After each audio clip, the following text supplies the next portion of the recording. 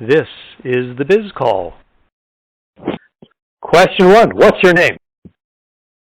So my name is Gary Testa. I'm president and CEO and co-founder of Engineered Fluids. And you can find us online at www.engineered.fluids.com. Okay, well that takes care of question two, which was, what's the name of your business? With Engineered Fluids. Okay, number three, describe your business in a few sentences. So Engineered Fluids is a specialty chemical and systems manufacturer. We specialize in something called single-phase liquid immersion cooling. So we are the premier manufacturer and developer of a line of dielectric coolants. Dielectric means that they don't conduct electricity, and they're fluids. And so what we do is full immersion cooling, where we actually take high-powered electronics, whether that's crypto miners, servers, lasers, medical devices. We work a lot in the electric vehicle space and in the marine industry with battery systems and high-powered systems, and we actually cool them by fully immersing the electronics directly in our fluids. So there's no losses from cold plates and things. It's a very inexpensive way to cool things, and it's about 1,600 times more effective than air. See, this is why I started this podcast, because I bet you nobody has ever even imagined a category like that. This is great. It's terrific. Okay, question four. What's your revenue model? So we generate revenue in a number of ways. Obviously, we manufacture and sell our dielectric coolants on a global basis. Today, we have over 4,000 customers, and we're in 80 countries. So that's our primary revenue model. Our other model is we do engineering consulting, where we do the design and turnkey design and delivery of the cooling systems themselves. So the tanks, the containers, the dry cooler units, the pumps, the plumbing systems. So we actually do all the design as well as the custom manufacture of containers in what we do. So that's our second revenue source, which is basically selling systems and engineering. Okie doke. Number five, are you brick and mortar, online, or both? So we do have an online presence. You can find us at www.engineeredfluids.store. And that is where we sell online in small quantities our coolants. Most of our customers start out with buying a 20-liter sample or so. And then we are, obviously, so as a chemical and as a manufacturer, we're brick and mortar, in the sense that we don't actually have any customers come to our location. But we do have a fairly sizable facility where we manufacture both the systems and the coolant. And we do, host customers that'll come to us for design reviews and those types of things. All right, number six, my favorite question. How did you decide to get into this business? Well, how did I decide to get into this business? Well, that's a really good question. My background is actually in large telecommunications, data centers, and cloud software infrastructure. I've never owned nor operated a chemical company before. But one of the big challenges I had in my past business was the fact that I was buying a ton of data center cooling infrastructure, and a lot of times I was trying to put very high-powered servers into these data centers.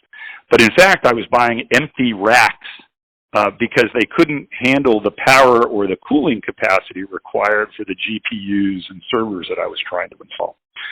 And that got me thinking that there had to be a better, more efficient way to cool all of these electronics. And so when I decided to make a change, I had been commuting back and forth from my home in San Francisco down to Sarasota, Florida. I said, I'm done with the commute, time to do something different. And I started to look at my next opportunity. This is actually my 9th startup that I've either been a founder or been involved in. And I said to my wife, I have one more left in me, I think. And she groaned and said, okay, fine, I'll support you for one more, but make it a good one. So we went out looking for something that, A, didn't have a lot of competitors in it, B, thought we could really make a difference in the world in terms of doing something good. It's been a big part of my career, building the mobile network systems and electronics and data center systems and those things. And so I was introduced to my partner, Dr. David Sundin, who's actually my co-founder, and he's actually the inventor of our dielectric coolants through a personal friend. And David met me at our first meeting. He brought with him a mason jar, if you will, full of a clear fluid. And I thought, that's it. I'm going to get into the grain alcohol business. And he said, nope, we're not going to be moonshiners. We're actually going to make this dielectric fluid. And he said, this product is revolutionary. It's biodegradable, non-toxic. I can have this rated, and we are rated food grade by the National Science Foundation. It's 1,600 times the air capacity, the cooling capacity of air, and it will have about a 60% cost savings over traditional cooling methods. And I said, David, I said, if all this is true, we can change the world. And it was after some due diligence of about 3 or 4 months and having the fluid tested and sitting down with David that I became the lead investor in Engineered Fluids and took on operational control of all of the sales and marketing and administration and product management. And David controls all of our manufacturing and research and development. And so the short answer is I found something that I think can make a huge and demonstrable difference in terms of saving energy and being far greener and eliminates all the wasted water from data centers. And you can make money with it. Yeah, and I was going to say, it had a tremendous business opportunity on it from a money side. You're exactly right, Bob. So then let's move on to question 7. Although you kind of tipped it a little bit, why would customers choose you over what little competition you have? So our primary competition is 3M, and they make a class of chemicals called PFOAs, which are they're called fluorinated fluids, and they are highly toxic. They're bioaccumulative, cause all sorts of terrible cancers. And they have been marketing these products into the cooling space for immersion cooling now for about 3 or 4 years. And so you have a choice between our product, which is biodegradable, non-toxic.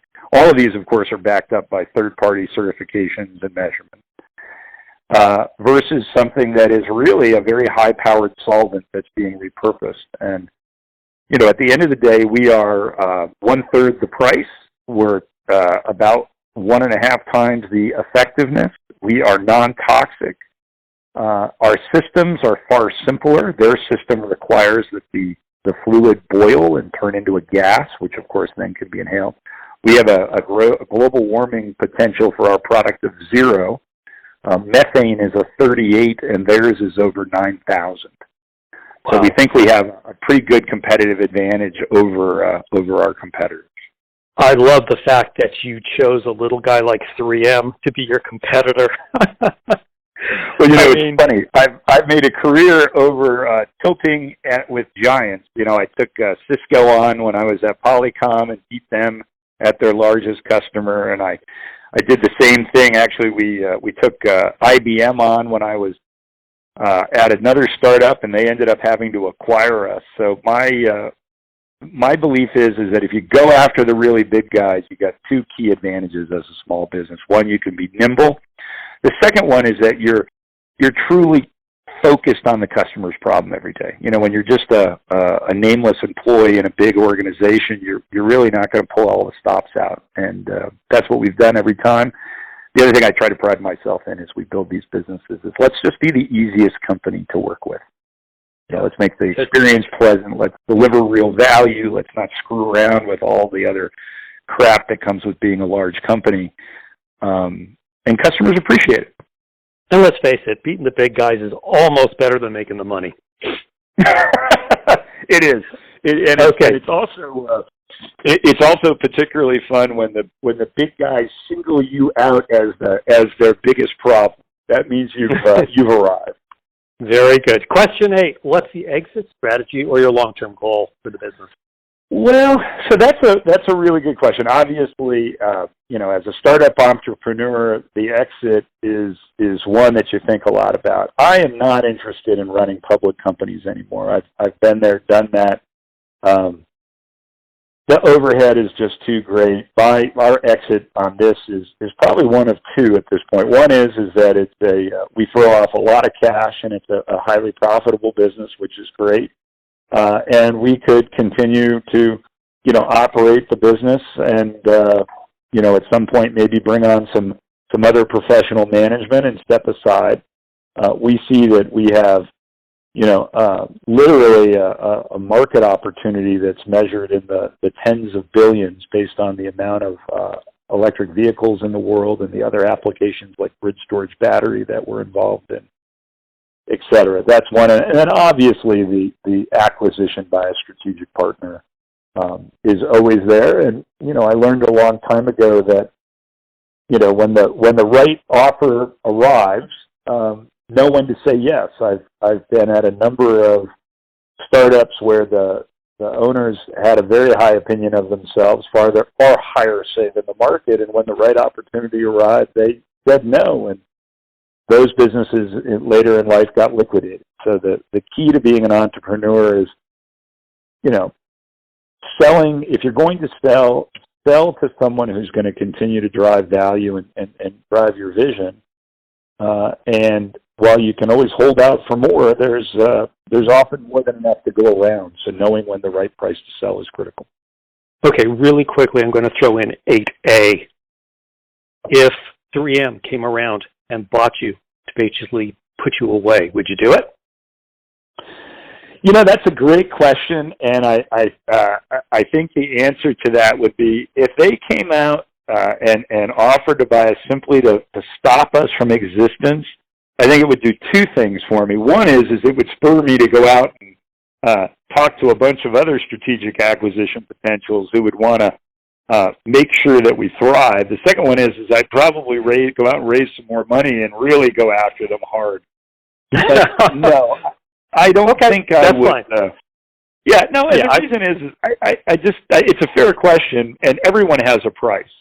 But I will tell you, we've already had Chinese investors come and offer us what is seemingly unimaginable amounts of money at this point in our life cycle, and we've said no, simply because A, we don't want to sell. We don't want to sell now, and we certainly don't want to at this point sell to them, just because we don't know what the application would be that they would use it for. Smart answer. Okay, let's see, number 9. What are you doing to increase your business? Well, so we're in a very interesting space. The primary thing that we do to grow our business is we make available a tremendous amount of data about our products on our website, far more than any of our competitors. And if you are in the market for what we do, you're probably already aware of us. It's obviously there's kind of a limited market. There's probably 100,000 companies on the planet that would be interested in what we do. But of those 100,000, they probably represent, guarantee the top, maybe 75% of the top 2,000, Russell 2000 are our potential customers. Okay. And so we do direct outreach to specific customers. We do a lot of blogging and journal entries in journals that are kind of in the engineering side. We do podcasts like this one. This is a great vehicle to get out and help people understand more about what we do. But I'll tell you right now, in our life cycle, as a 3-year-old company, we have almost 1,000 hits a day on our website, which translates into 200 to 400 leads a week. That's remarkable. It really is. I mean, somebody told us, and I didn't have these numbers, but we were talking to an SEO specialist, and he says, you're one of the few companies I've ever seen that ranks higher than Amazon in your category. Wow. And I said, well, that's, so we've done that without a lot of paid Google ads. We do pay for some Google ads, but our budget's pretty low, but most of what we get is organic search results and organic connections. So we're really excited about that. Cool. That actually leads into question 10. How do you measure your marketing success? So our marketing success is easily measured in probably three areas. Obviously, you want to measure your return on investment for a marketing opportunity. In the world of COVID, that's a little bit more, actually easier in some ways and more difficult than others. Easier because now you don't have to worry about the direct face-to-face meetings and the flying all over the world and everything else. Everybody is happy to get on a Zoom call or a GoToMeeting or any of the other thousands of platforms that are out there like RingCentral that we use, et cetera. So now it's a little more direct investment, because if I make an investment in an ad or an online advertiser or anything like that, we can immediately track the return on that. We're a big HubSpot user, which is a great way. It enables us to directly track feedback on individual ads that we place or our web traffic. We can track web traffic directly back to leads and directly back to deals. So I'm a big fan of systems that enable us, particularly as a small company, that enable us to actually watch a customer move through our online presence to our direct sales presence to actual orders. And we've been able to track that life cycle. Okay. Well, you don't have to answer more than yes or no to question 11. Are you profitable? We are. We achieved profitability early last year, which I'm super proud of. Congratulations. That's wonderful. 12. Thanks. How many employees do you have? So we have 12 employees today with about 12 contractors around the world. And we're probably going to be expanding another 20 to 25 employees over the course of 2021. Fabulous. Number 13, what's the best decision you've made so far? That's so easy to answer that it's kind of funny, and I say it's funny because the challenge of every startup is to decide who you're going to start the company with. And I've had the experience of making really bad decisions to start companies with people. Wait a minute. That's question 14. Oh, I'm sorry. So that's okay. So what's your best decision? My best absolute decision was choosing my partner, Dr. David Sundin, as my partner. We have super collaborative skills. We have the right, I don't know, he knows, and vice versa. We trust each other implicitly. He's a super straightforward, honest guy. And then the other best decision I've made is,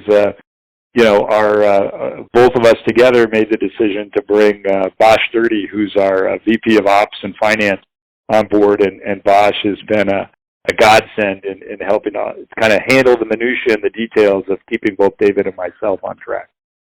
That's great. Okay, and then 14, of course, is what's been the worst decision you've made so far? Let's see. I'll stack up a few of my worst decisions. We bought a tanker truck, a 7,000-gallon tanker truck, sight unseen, because we got it at auction because we couldn't go there for the auction. And when it got delivered to David, he basically called me up and said, "Why did you send this pile of rust to me?" And I said, "Well, come on, we got a great deal on it." He goes, No, we're going to pay more to get this thing out of here than we paid to buy it. Oh, boy. So that's probably, at least the ones that we laugh about the most. My other worst decision has really, and I struggle with this. It's whether I haven't hired enough people fast enough to help me grow. I tend to be a more multifaceted. Everybody can do a lot of things, and that's not always. And I have high expectations for our team and our folks.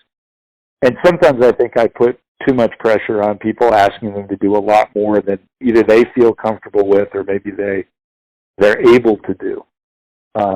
And so I need to be very careful. I'm a believer that anyone can do it all, but I think I have to step back and be a little more realistic about my expectations sometimes.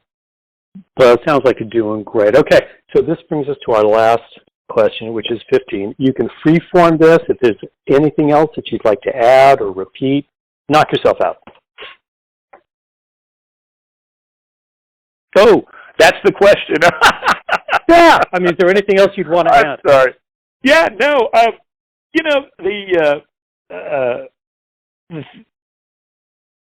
the thing about engineered fluid that is just so exciting is that we are making such a massive difference in the industries that we impact. We reduce data center space by over 80%. We reduce operations costs by 60%.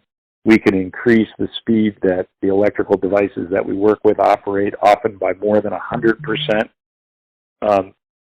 We eliminate the wasteful water use that many data centers, most people don't realize, but a 50 megawatt data center can use as much as 1 million gallons of portable water a day for air conditioning and cooling. And our systems use 0 water.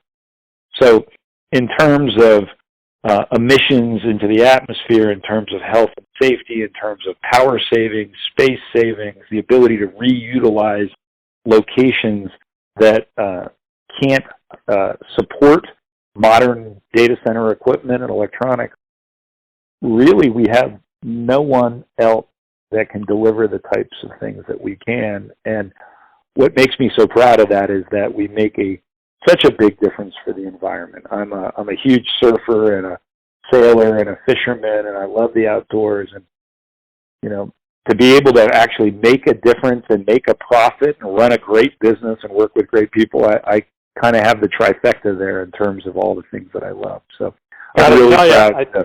Gotta tell you, I think this podcast is going to get a lot of downloads, Gary. You're terrific. You're terrific. Okay, so one last time, give me the URL. So you can find us online at engineeredfluids.com, or if you're looking to purchase samples or get a trial of product, you can find us at engineeredfluids.store, S-T-O-R-E, which is our online store presence. All right. Thanks so much, Gary. It's been great, man. You're terrific. Oh, my pleasure. Thank you for having me. Take care. You too. Bye-bye. Cheers. Bye-bye. If you'd like to plug your business on the BizCall podcast, simply visit thebizcall.com and fill out the form. If you become a guest, you'll receive a free lifetime membership to the BizCall discussion and networking list. Visit thebizcall.com and fill out the form. If you become a guest, you'll receive a free lifetime membership to the BizCall discussion and networking list. If you're too shy, you can still join the BizCall list at thebizcall.com.